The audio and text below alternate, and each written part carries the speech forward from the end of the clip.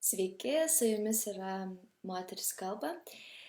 Ir šiandien aš norėčiau paskelbti naują temą, kuri nėra konkursinė tema, dėl to tai nebus kažkoks prizas, kurį gausite už šitą temą, nes apdovanoti už tokią sudėtingą temą paprasčiausiai nebūtų kuo.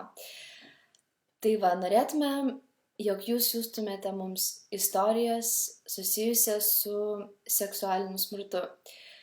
Tai yra labai svarbi tema ir apie kurią reikėtų kuo daugiau kalbėti, tačiau jinai yra tabu ir moteris labai dažnai bijo apie tai kalbėti, bijo pranešti policijai, nes vis dar yra gajus tas stereotipas, jog ji pati kalta arba nebus rimtai pažiūrėta į jo žodžius.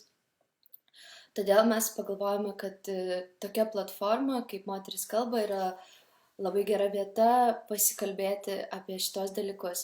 Ši tema man kilo į galvą tuomet, kai viename Vilniaus bare aš sutikau pažįstamą merginą ir mes tiesiog tą vakarą išsikalbėjom ir ji man papasakojo apie jai nutikusį išprievartavimą.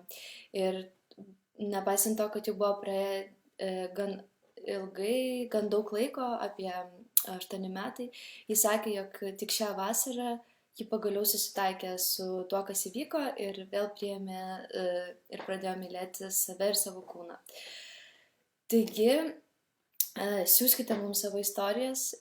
Ta mergina, apie kurią jau ką tik pasakojau, ji jau man atsiuntė savo istoriją, tai ji bus paskelbta netrukus kaip pirmoji ir ačiū jai labai už tą drąsą, jinai net nenorėjo, kad būtų pakeistas jos vardas, tai jau yra labai daug, tačiau jums visoms, kurios norite konfidencialumo, jį kaip visada mes garantuojame. Ačiū jums.